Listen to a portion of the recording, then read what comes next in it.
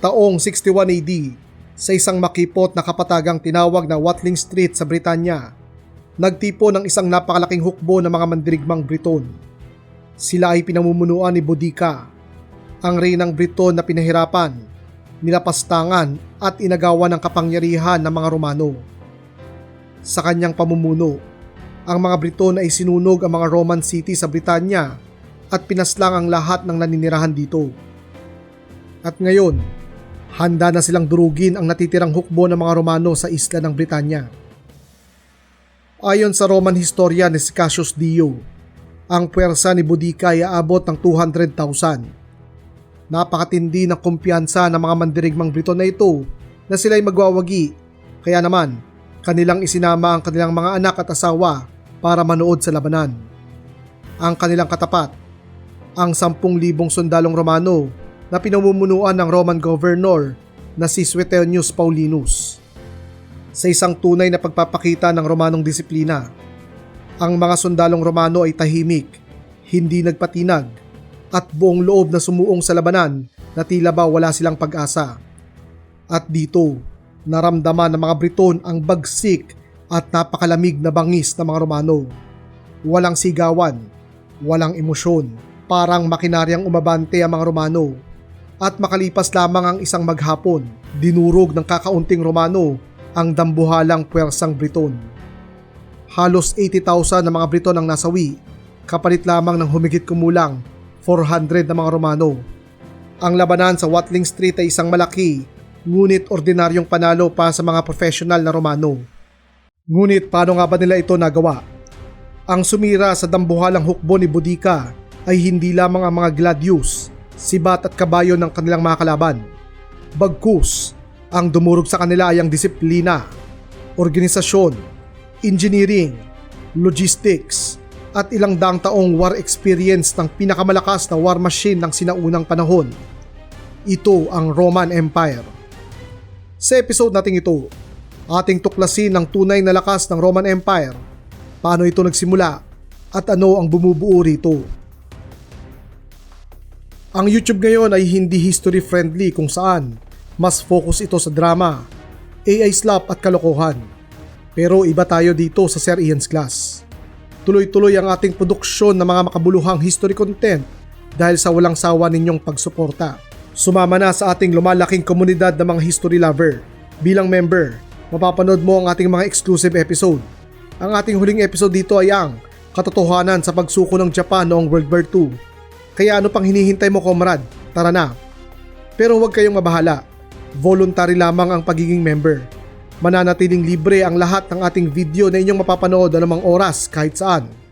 Ngayon, balik na tayo sa ating episode. Ang Rome ay hindi laging makapangyarihang lupain na mayroong malakas na hukbong sandatahan, kagaya ng mga kapitbahay nito. Ang sinaunang Rome ay nagsimula sa paggamit ng mga magsasakang sundalo. Ang mga sundalo ng early Roman Republic ay mga Roman citizen na mayroong ari-arian, kadalasang mga magsasaka na pinatatawag ng pamahalaan upang lumaban kapag may banta sa kanilang lupain o kampanyang militar. Ipinatupad ng Roman Republic ang tinatawag nating property requirement, kung saan mga kalalakihang may sapat na lupain at yaman lamang ang pwedeng maglingkod bilang sundalo upang masiguro na magiging matapat ang mga ito dahil kanilang ipagtatanggol ang kanilang lupain at pamilya. Para sa mga sundalong ito, ang maglingkod sa depensa at kapakanan ng Rome ay isang karangalan at obligasyon ng isang mabuting mamamayan.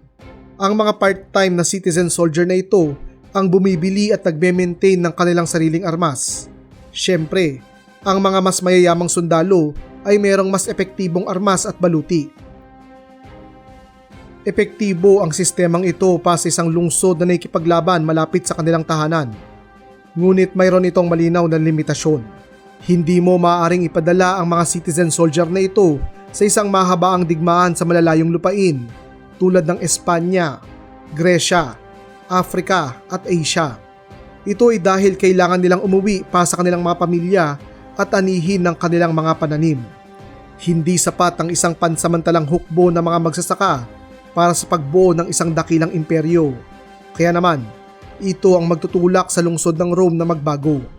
Sa pinakamaagang yugto ng ebolusyong ito, Malakas ang impluensya ng Greek-style heavy infantry sa Rome. Ang siksikang hanay ng mga mandirigma na mayroong sibat at kalasag o mas kilala bilang phalanx formation ay ginamit din ng mga Romano. Gayunpaman, ang paraan ng pakikipaglaban na ito ay para sa harapan at patag na battlefield lamang.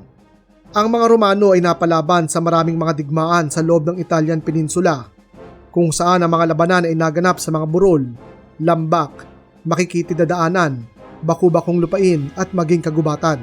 Mga battlefield na hindi angkop ang phalanx formation. Kaya naman, unti-unti nilang nabuo ang isang mas flexible na battle formation kung saan may kilala ang mga Romano. Ito ang tinatawag nating manipular formation. Sa paglalarawan ng Roman historian na si Polybius, hinahati ang Roman infantry ayon sa edad at karanasan. Sa unahan ay ang mga hastati, ang mga pinakabatang sundalo ng hukbo at masasabing bagito pa sa labanan. Dahil kadalasang wala pang malaking kayamanan, ang mga hastati ay armado at protektado ng mga ordinaryong armas tulad ng gladius, sibat, panangga at pektorale, kapirasong bakal na armor na inilalagay lamang sa dibdib ngunit walang proteksyon sa tiyan, gilid at likod. Sa likod ng mga hastati ang mga prinsipe, mga sundalong nasa prime ng kanilang lakas at yaman dahil mas bihasa sa digmaan at mayroong mas malaking kayamanan. Ang mga prinsipe ay protektado ng lorica hamata o isang uri ng chainmail armor. Sa pinakadulo ng manipular formation ay ang mga triari.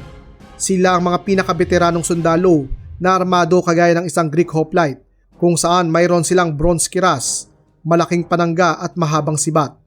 Ang mga triari ay ang huling sandalan kapag masama na ang sitwasyon ng labanan. Bilang mga pinakabeteranong sundalo, isinasabak lamang sila sa labanan kapag hindi na kinaya ng mga hastati at prinsipe ang bakbakan.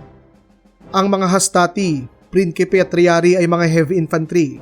Para dagdagan ang kanilang kakayahan sa battlefield, gumamit din ng mga Romano ng mga light infantry na tinawag na velites.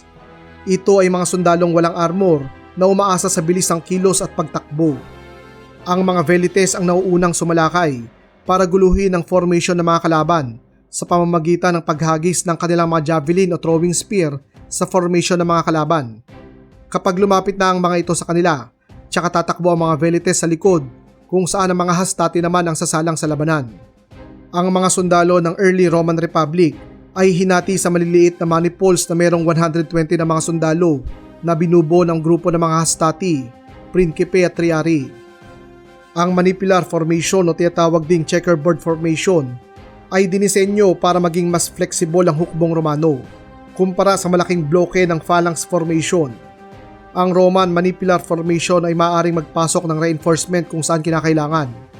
Maaari ding magbago ng direksyon at kung kinakailangan, magmaniobra at maghiwa-hiwalay ang mga manifolds kung baku-bako o magubat ang battlefield. Isang katangian kung bakit mahihigitan ng mga Romano ang mga Griego sa digmaan. Ngunit bukod sa flexibility, isa pang katangian ng mga Romano na mahirap sukatin, ngunit lubos na napakahalaga sa kanilang tagumpay, ay ang tinatawag na Roman grit o lakas ng sikmura ng mga Romano.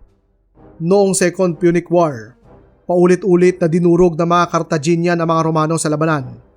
Ilan sa mga labanang ito ay ang Battle of Trebia, Battle of Lake Trasimene at ang pinakanotorious sa lahat, ang Battle of Cannae. Sa labanang ito, pinalibutan ng Carthaginian general na si Hannibal ang isang buong hukbong Romano at pinaslang ang hindi bababa sa 70,000 na mga sundalo. Sa maraming kaharian at sibilisasyon ng sinaunang panahon, ang ganitong klase ng pagkatalo ay nangangahulugan na katapusan mo na at kinakailangan mo nang humingi ng negosasyon at sumuko. Pero hindi ang mga Romano. Sa maraming pagkakataong natalo ang Rome at nalagasan ng malaking bilang ng mga sundalo, ang mga Romano ay muling bumabangon at lumalaban. Makalipas nga ang matindi at traumatic na Battle of Cannae, ang mga Romano ay lalong ginanahang lumaban. Una, ipinagbawal ng Roman Senate ang pagbanggit ng salitang peace o kapayapaan, testamento sa kanilang hangaring gumanti at magwagi. Ika nga, kung kinakailangang lunurin ng Rome ang kanilang kalaban gamit ang dugo ng kanilang sariling sundalo, gagawin nila ito. Bukod sa pagkauhaw sa pagganti at hindi pagtanggap ng pagkatalo, ang mga Romano ay mayroon ding tinatawag na Strategic depth. Ito ang kakayahang humugot ng resources, sundalo at ipagpalit ang ilang bahagi ng kanilang teritoryo para manalo sa digmaan. Ang Roman Republic ay merong malawak na manpower kung saan ang mga nasakop nitong lupain at mga tribo ay nagiging bahagi ng kanilang teritoryo at nakatatanggap ng status bilang kaibigan o maging Roman citizenship. Sa mga lupaing ito, nakahuhugot ang mga Romano ng bagong sundalo, salapi, resources at mga supply para ipagpatuloy ang digmaan. Kaya naman kahit malagasan sila ng libo-libo, ang mga Romano ay laging may nakahandang reserba na handang sumalakay sa kanilang mga kalaban.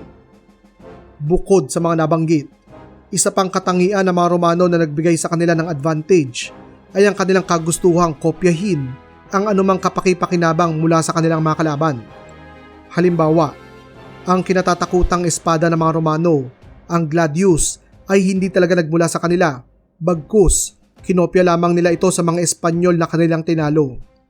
Gumamit din sila ng mga cavalry, archer, slinger, scout, mga espesyalista mula sa iba't ibang mga kaalyado at kalaban na kanilang tinalo. Ito ang military ethos ng mga Romano. Hindi nila ikinahihiya na aminin na merong mas mahusay na paraan ng paglaban. Kaya naman kung merong sandata o taktika na mas mahusay ang mga kalaban nila, kanila itong pag-aaralan, babaguhin, gagawing standardize at sa susunod na labanan, gagamitin na nila ito sa kanilang mga kalaban. Habang lumalawak ang sakop ng Rome, lalong bumibigat ang problema ng mga sundalong magsasaka. Ang mga kampanyang militar ay hindi na natatapos sa loob lamang ng ilang buwan. Bagkus, ang mga digmaan ay tumatagal ng maraming taon kung saan ang mga sundalo ay nawawalay sa kanilang pamilya at lupain ng mahabang panahon. Bukod pa rito, dahil sa pagdami ng digmaang kanilang kinasasangkutan, hindi na sapat ng kanilang bilang. Ang makasasagot sa suliraning ito ay ang tanyag na Roman consul na si Gaius Marius. Noong 107 BC, sa panahon ng Jugurthine War sa North Africa, unti-unti nang nauubusan ng sundalong Rome. Kaya naman, ipinatupad ni Gaius Marius ang isang kautusan na magpapabago sa militar ng Rome.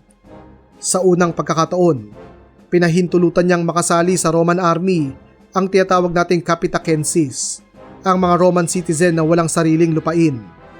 Agarang sinamantala ng mga mahihirap na Romano ang pagkakataong ito at mabilis na lumaki ang Roman army dahil sa mga bagong recruit.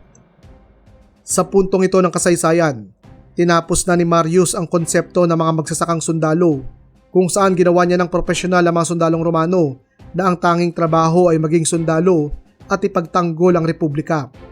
Sumunod, kanyang pinalitan ng 3 uri ng mga sundalo base sa yaman, ang hastati, prinkipe at triari. Sa kanyang utos, ginawang standardize ang armas at armor ng mga Romanong sundalo at lahat sila ay inarmasan tulad ng isang prinkipe.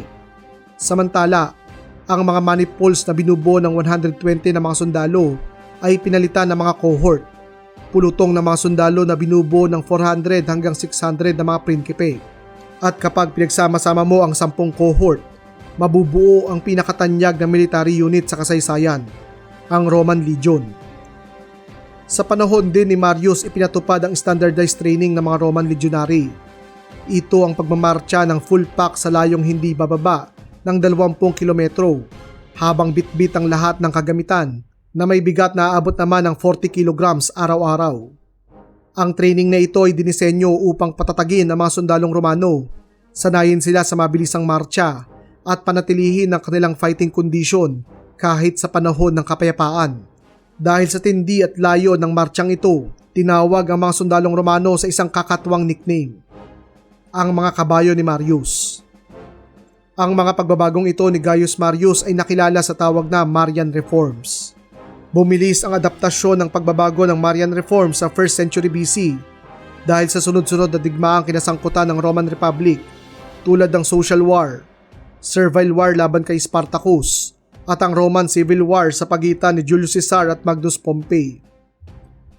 Bagamat pinalakas ang hukbo, ang Marian Reforms ay naghatid din ng panganib sa Roman Republic. Dahil may hirap ang mga bagong sundalo mula sa Capitacenses, marami sa mga ito ang nakasalalay sa mga general para sa kanilang sahod, premyo sa digmaan, kagamitan at maging lupain kapag sila'y nagretiro na. Dahil dito, naging mas tapat sila sa mga commander na nagbibigay sa kanila ng sahod kaysa sa republikang kanilang pinoprotektahan dapat. Makalipas ang mahabang civil war sa pagitan ng mga tagapagmana ni Julius Caesar, nakuha ni Octavian ang kapangyarihan sa Rome.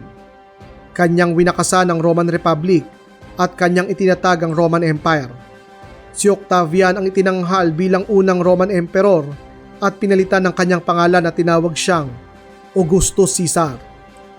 Bukod sa napakalaking kapangyarihan, napakalaking problema rin ang kanyang minana.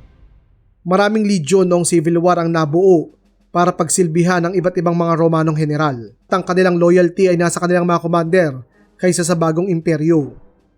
Libo-libo sa mga veteranong ito ang naghihintay ng bayad at lupang ipinangako sa kanila. Kung hindi ito maaayos ni Augustus Caesar, maaari itong magsanhi ng panibagong civil war. Ito ang kanyang ginawa para solusyonan ito. Una, ginawa niyang sentralisado ang sahod, retirement reward at pagbibigay ng lupa sa mga sundalo. Noong 6 AD, kanyang itinatag ang Aerarum Militare, ang military treasurer na namamahala sa sahod, gantimpala ng mga sundalo at maging lupang ipamimigay sa kanila kapag sila'y nagretiro na. Sa ganitong paraan, hindi na daraan sa kamay ng mga general ang sahod ng mga sundalo, bagkus magmumula na ito diretsyo mula sa emperador. Kaya naman, ang katapatan ng mga sundalo ay nalipat mula sa kanilang mga commander patungo kay Augustus Caesar. Sumunod, kanyang ginawang standardize ang panahon ng panunungkulan ng mga sundalo. Kung dati ay walang tiyak na taon ng serbisyo, sa pamamahala ni Augustus Caesar, kanya itong itinakda ng 20 taon kung saan makalipas nito, ang veterano ay makatatanggap ng pensyon at kapirasong lupain pa sa kanyang pamilya. Sumunod, kanyang pinagretiro ang higit sa kalahati ng Roman army para paliitin ito, ngunit gawing mas epektibo. Makalipas ang Roman Civil War, tinatayang nasa 60 legion o higit 500,000 na mga sundalo ng Rome, isang napakalaking gastusin kung pananatilihin ito ng imperyo. Unang pinagretiro ni Augustus Caesar ang mga matatandang sundalo at binigyan ng mga ito ng lupain sa frontier o hangganan ng imperyo para magsilbing tagapagbantay at tagapagpakalat ng kultura at batas ng Rome. Sumunod, kanyang pinagretiro din ang mga legion na may hina o di kaya'y lubos na nalagasan ng mga sundalo. Kagaya ng nauna, binigyan niya ang mga ito ng pensyon at lupain. Mula sa 60 legion, kanya itong nabawasan hanggang 28 legion o tinatayang 280,000 na mga sundalo na lamang. Ang mga natitirang sundalo ng Rome ay nagbigay ng panunumpa ng katapatan sa emperador, kung saan kanilang ipinangako na ang kanilang katapatan at espada ay para lamang sa kanya, hindi sa mga general. Ang mga legion ay inilagay sa mga strategic frontier o sa mga lupain sa dulo ng imperyo, malayo sa mga syudad pa sa dalawang dahilan. Una, para protektahan ang boundary ng imperyo, at ikalawa, para ilayo ang mga ito sa mga senador at mga politiko na maaaring agawin ang loyalty ng mga sundalo. Isa pa sa pinakamalaking pagbabagong ipinatupad ni Augustus Caesar ay ang formal na paggamit ng mga oksilya. Ang mga oksilya o auxiliary unit ay mga sundalong tapat sa Rome, ngunit hindi mga citizen tulad ng mga Syrian, Thracian, Numidian at iba pang grupo ng tao na nasakop ng Rome. Bagamat matagal na silang ginagamit ng mga Romano sa labanan, sa panahon lamang ni Augustus nagkaroon sila ng formal na status. Ang mga auxiliary forces na ito ang tumatayong cavalry, archer, light infantry at iba pang unit na ginagawang mas malakas ang Roman legion. Sa ilalim ni Augustus Caesar, nabuo ang classic Imperial Roman Army na karaniwan nating nakikita sa pelikula, dokumentaryo at maging mga laro. Maaaring naiisip mo, bakit naman gugustuhin ng isang tao na sumali sa Roman Army? Hindi ba ito nangangahulugan ng kamatayan at hirap sa pagtatrabaho? Bagamat may katotohanan ito, ang mga benepisyo ng pagiging sundalo ay napakalaki. Ang isang legionary o Roman soldier ay nakatatanggap ng regular na sahod mula sa pamahalaan, garantisadong pensyon sa pagtanda at ang pinakaasam nilang lupain. Bukod dito, napakarami pang ibang benepisyo ang kanilang matatanggap makalipas ang kanilang serbisyo, tulad ng exemption sa tax at hindi paggawa ng mga mabibigat na trabaho sa lipunan. Ang mga recruit na tinatanggap para maging isang Roman legionary ay karaniwang mga kalalakihang Roman citizen na nasa edad 18 hanggang 25 anyos. Para sa Roman Army, mas gusto nilang manguha ng mga sundalo mula sa mga probinsya kaysa sa syudad dahil ang kabataan dito ay mas batak at mas sanay sa mabibigat na gawain. Susuriin ng mga recruiter ang kalusugan, paningin, pandinig, lakas at pangangatawan ng mga kabataang ito. Bukod sa mga pisikal na katangian, tinitingnan din ng Roman recruiter ang reputasyon at legal na status ng kabataan upang masigurong hindi kriminal, magnanakaw, duwag o maghahatid ng sakit ng ulo ang mga kabataang kanilang isasabak sa training. Ang kakayahang magbasa at sumulat ay malaking advantage pa sa isang recruit dahil maaari siyang mailagay sa posisyon na mabilis ma-promote at maililigtas din siya nito sa mabibigat na gawain araw-araw. Sa puntong ito ng ating video, buuin natin ang Roman war machine mula sa pinakamaliit nitong bahagi hanggang sa pinakamalaki. Ating unahin ang pundasyon ng kanilang lakas, ang mga ordinaryong sundalo o ang mga legionary. Ang mga legionary ay isang heavy infantry. Karaniwan silang armado ng skutum, ang malaki at kurbadong kalasag, isa o higit pang pilum, isang mabigat na javelin na kanilang ibinabato sa mga kalaban bago ang salpukan, at ang pinaka-iconic na Roman weapon, ang maikling gladius, isang maikling espada na dinisenyo pang saksak kaysa pantaga. Para naman sa armor, ang mga Romanong sundalo ay maaaring protektado ng tatlong uri ng baluti. Una dito ay ang lorica hamata o chain armor, ang pinakatalamak at pinakaginagamit ng Roman legionary dahil ito'y mura.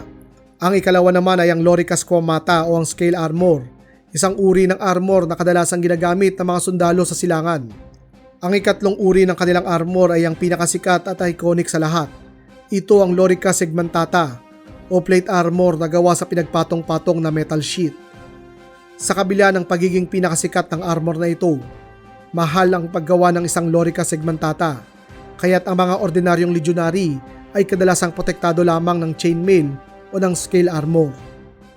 Ang pinakamaliit na pang-araw-araw na grupo ng mga legionary ay ang contubernium na karaniwang binubuo ng 8 sundalo at 2 tagasilbi. Ang mga sundalong ito ay magkakasamang natutulog sa tent o isang bahagi ng barracks. Magkakasama silang kumakain, nagbabantay, nagmamartsa at naghahati ng ilang cooking equipment, tent gear, tools at iba pang supply. Ang contubernium ang tunay na band of brothers kung saan sila ang nagsisilbing pamilya ng bawat legionary sa loob ng napakaraming taon. Marami sa mga sundalong magkakasama sa contubernium ay merong matinding pagmamahal sa isa't isa kung saan karaniwan sa mga ito ang nangangarap na magretiro ng magkakasama at manirahan sa iisang lugar. Sa ganitong paraan, ang katapatan ng mga sundalo ay lalong pinatitibay ng samahan dahil kung sila ay maduduwag o magtataksil, nangangahulugan itong ipapahamak nila ang kanilang contubernium, ang kanilang pamilya sa hukbong Romano. Ang 10 contubernium ay karaniwang bumubuo sa isang century na may humigit kumulang 80 legionary. Ang natitirang 20 sundalo ay kadalasang mga opisyales at mga espesyalista na nakakabit sa unit tulad ng mga armorer, camp servant at mga panday. Ang isang century ay pinamumunuan ng centurion, ang kilabot ng Roman Army. Katulong niya ang optio bilang second in command. Ito naman ang namamahala sa training ng mga sundalo sa araw-araw at nagsisiguro ng formation kapag nasa labanan sila. Sumunod dito ang mga signifer na nagbibitbit ng standard ng century at merong tungkuling pinansyal kung saan siya ang naglilista ng lahat ng sahod, utang, mga bayarin at maging gantimpala ng mga sundalo. At panghuli ay ang mga tesserarius, ang pinakakinaiinisang opisyales ng isang century dahil ito ang nagsasaayos ng guard duty at namamahala sa password na gagamitin ng mga sundalo. Ang bawat legionary ay kinakailangan magkaroon ng mabuting relasyon sa kanilang tesserarius dahil kapag nainis ito sa iyo, maaari ka nitong ilagay ng paulit-ulit sa guard duty na siguradong papagod sa iyo araw-araw. Sa maraming opisyales na nabanggit, ang centurion ang tinuturing na tunay na backbone hindi lamang ng century kundi ng buong legion. May kasabihan ng mga Romano na mas takot pa sila sa centurion kaysa sa kanilang kalaban dahil sa tindi ng pagdisiplina nito. Hindi lang siya sumisigaw ng utos mula sa likuran, siya ang nagsasanay sa mga sundalo, nagpapatupad ng disiplina, at nagsisiguro na ang mga sundalo ay handa at buo ang loob sa labanan. Ang mga senturyon ay laging may dalang baston na gawa sa sanga ng puno na kanyang ginagamit ng madalas para pukpukin ang mga sundalong mababagal, nagkakamali o patamad-tamad sa kanyang paningin. Sa paglalarawan ng Roman historian na si Polybius, ang mga senturyon, bagamat kinatatakutan, ay isang bayani ng century na tinitingala ng lahat para ma-inspire ang kanyang mga sundalo, lalo na ang mga bagito. Ang mga senturyon ay kadalasang nasa unahan ng mga labanan, kaya naman napakataas ng casualty rate ng mga senturyon kung saan madalas silang mapaslang, masugatan sa labanan. Kapag pinagsama-sama ang 6 na century, mabubuo naman ang kamao ng legion. Ito ang mga cohort, ang pangunahing tactical unit ng Rome na binubuo ng 480 na mga sundalo. Para sa mga Roman general, ang cohort ay mayroong perpektong sukat. Mayroon itong sapat na laki upang bantayan ang bahagi ng battle line, ipagtanggol ang isang maliit na bayan o fortress, umatake sa gilid ng kalaban o ipadala sa hiwalay na misyon. Ngunit, sapat din ang liit nito upang manatiling nasa ilalim ng kontrol ng mga opisyal sa gitna ng labanan. Sa isang Imperial Legion, ang first cohort ang pinakamalakas na mayroong humigit kumulang 800 na mga sundalo. Dito matatagpuan ang pinakabeteranong centurion, ang Primus Pilus, at ang tagapagdala ng Aquila, ang Eagle Standard ng Roman Empire. Ang 10 cohort naman ang bumubuo sa isang Imperial Legion, ang pinakamalaking unit ng Roman Empire na karaniwang binubuo ng 5,000 mga legionary. Ang legion ay pinamumunuan ng isang legatus legionis, 6 na military tribune, isang camp prefect na eksperto sa fortification at administration, mga centurion, engineer, medic, surveyor, artillery crew, clerk, capsman, standard bearer at iba pang mga espesyalista. Bukod sa 5,000 legionary, kasama rin ng fighting force na ito ang malaking puwersa ng mga oksilya na kadalasang kasing dami rin ng isang legion. Kaya naman, kapag sinabing merong 5,000 na mga legionary, inaasahan na meron ding 5,000 na mga auxiliary. Ang kalidad ng Roman Legion ay nakadepende sa kalidad ng mga sundalo nito. Kaya naman, ang mga Romano ay mayroong napakatinding training regiment para sa kanilang mga legionary. Ang mga sundalong Romano ay pinagmamarcha araw-araw na aabot sa 20 kilometro na bitbit ang buong equipment nila na aabot naman ng 40 kilograms. Sa buong marchang ito, kinakailangan nilang mapanatili ang kanilang formation at bilis. Ginagawa ito ng mga sundalo kahit panahon ng kapayapaan para mapanatili ang kanilang combat effectiveness at kahandaan. Para naman sa combat training, ang mga sundalo ay pinagagamit ng mga kahoy na espada at sibat na paulit-ulit nilang hinahampas o binabato. Ang mga kahoy na armas na ito ay dihamak na mas mabigat ng doble sa kanilang tunay na armas para masanay sila sa mahabaang labanan. Ngunit kapag tapos na ang kanilang weapons training, hindi pa tapos ang trabaho ng mga sundalo. Sa panahon ng kampanya, ang legion ay maghuhukay at bubuo ng isang marching camp araw-araw. Makalipas ang kanilang mahabang marcha, ang mga sundalo ay maghuhukay ng mga trinchera, magpuputol at magbibitbit ng mga puno, magtatayo ng mga rampart at depensa para makatulog ng mapayapa ang kanilang puwersa sa loob ng kampo. Kinabukasan ng madaling araw, kanilang gigibain ang kanilang ginawang kampo at uulitin muli sa ibang lugar. Bukod sa pakikidigma, ang mga Roman Legion din ang tagapagdala ng kabihasnan at kulturang Romano. Kung saan sila pumunta, gumagawa sila ng mga kalsada, tulay, aqueduct, daungan ng barko at napakaraming infrastructure project. Sa makatuwid, masasabi natin na ang isang Roman legionary ay isang infantry, construction worker, engineer at laborer, lahat sa iisang katawan.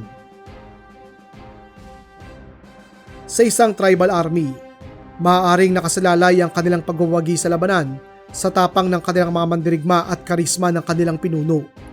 Gayunpaman, sa pagkakataon na masawi ang kanilang war chief o panghinaan ng loob ang kanilang mga sundalo, maaaring bumagsak ang kanilang lakas. Pero sa mga Romano, ang lakas ng hukbo ay nakadepende sa dalawang bagay. Hindi sa tapang at karisma, kundi sa disiplina at chain of command. Hindi kailangang sigawan ng legate ang bawat sundalo. Ang utos ay dumadaan sa mga opisyales, centurion, optio, standard bearer at mga signifer. Kapag nasugatan ng isang commander, laging may nakahandang pumalit dahil hindi mapupugutan ang command center ng mga Romano. Ang disiplina naman sa Roman army ay pinapatakbo sa pamamagitan ng gantimpala at kaparusahan. Maaaring bigyan ng medalya, mas mataas na sahod o promotion ang sundalong nagpakita ng tapang at husay. Samantala, maaari namang hagupitin, ibaba ang ranggo, bawasan ang rasyon o bitayin ang tumakas at nagtaksil ng mga sundalo. Ang pinakakinatatakutang parusa ng lahat ng ledyonary ay ang decimation. Ito ang pagpatay sa 10% ng kanilang hukbo.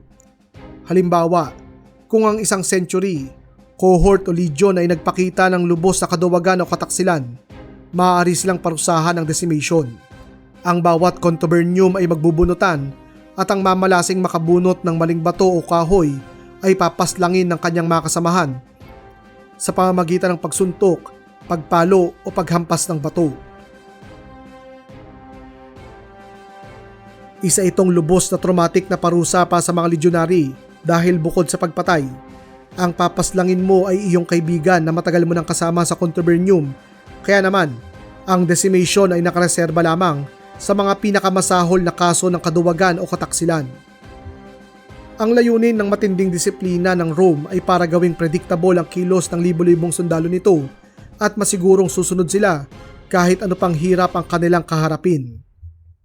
Sa bakbakan, ang mga ledyonary ay hybrid ng heavy at range infantry. Gamit ang pilum o javelin, ihahagis ito ng mga Romano sa kanilang mga kalaban para palambutin ang kanilang formation. Kapag nakalapit na, tsaka nila gagamitin ang kanilang gladius para saksakin ng kanilang mga kalaban. Gamit naman ang kanilang mga iskutom o malaking panangga, kanilang itinutulak at binabasag ang ulo ng kanilang mga kalaban habang pinoprotektahan ang kanilang linya at sundalong nasa tabi nila. Para sa mga Romano, ang labanan ay metodikal kung saan paulit-ulit ang rotation ng mga sundalo para hindi sila mapagod at kayanin nilang tumagal ng maraming oras sa bakbakan. Sa ganitong paraan, mananatili lamang sa frontline ng ilang minuto ang mga sundalo bago ito mailagay sa likuran para makapagpahinga. Sa maraming pagkakataon, dinurog ng mga Romano ang mas maraming kalaban gamit lamang ang mahusay na pagpapalitan ng mga sundalo. Bagamat mahusay ang legionary sa close combat, meron pa ring limitasyon nito. Hindi nito kayang habulin ng mabilis na horse archer o takpan ng kanilang buong flank. Hindi rin ito kayang mag-scout ng malayo habang nananatiling buo ang battle line. Dito po pasok ang mga auxilya. Ang cavalry ng auxilyang nagre-reconnaissance, humahabol sa mga tumatakas at umaatake sa gilid ng mga kalaban. Ang mga archers at slingers naman ang nagpapahina ng kalaban mula sa malayo. At ang mga light infantry ang kumikilos sa mahirap na terrain. Ito ang combined arms warfare, ang sabay-sabay na paggamit ng iba't ibang uri ng armas at sundalo sa labanan, at masasabi nating na master ito ng mga Romano. Isa sa pinakalumang kasabihan sa militar ay ang katagang, ang hukbo ay nagmamarcha hindi sa kanilang paa kundi sa kanilang sikmura. Ito ay pumapatungkol sa kakayahan ng isang bansa na panatilihing busog, malusog, at may sapat na kagamitan ng kanilang mga sundalo. Ito ang logistics. Araw-araw, kailangan ng libo-libong sundalo ng butil, tubig, asin, hayop, sandata, kahoy, ekstrang sapatos, gamot at pagkain. Isang napakahirap na gawain. Pero maging ito ay na-master din ng mga Romano, kung saan mayroon silang isang logistic network na tunay na kinaiinggitan ng maraming kabiasnan at patuloy na inaaral hanggang sa kasalukuyan. Gumamit sila ng mga military road, permanenteng fortress, warehouse, mga pack animal, karwahe, barko at river transport. Bago pa man ang digmaan, bumibili na, nangongolekta at nag-iimbak na ng supply ang mga Romano. Para mas mapadali ang gawain ito, ang mga Romano ay nag-hire din ng mga private contractor na siyang magsusupply ng pagkain, armas at kagamitan sa dambuhalang puwersang Romano. Para mapabilis naman ang transportasyon ng mga supply na ito, mahusay din nilang ginamit ang mga ilog at dagat. Nag-hire din ng Roman Empire ng hukbo ng mga blacksmith, craftsmen, doktor at mga administrator para siguraduhin ang tuloy-tuloy at maayos na pagdaloy ng kanilang supply at logistics.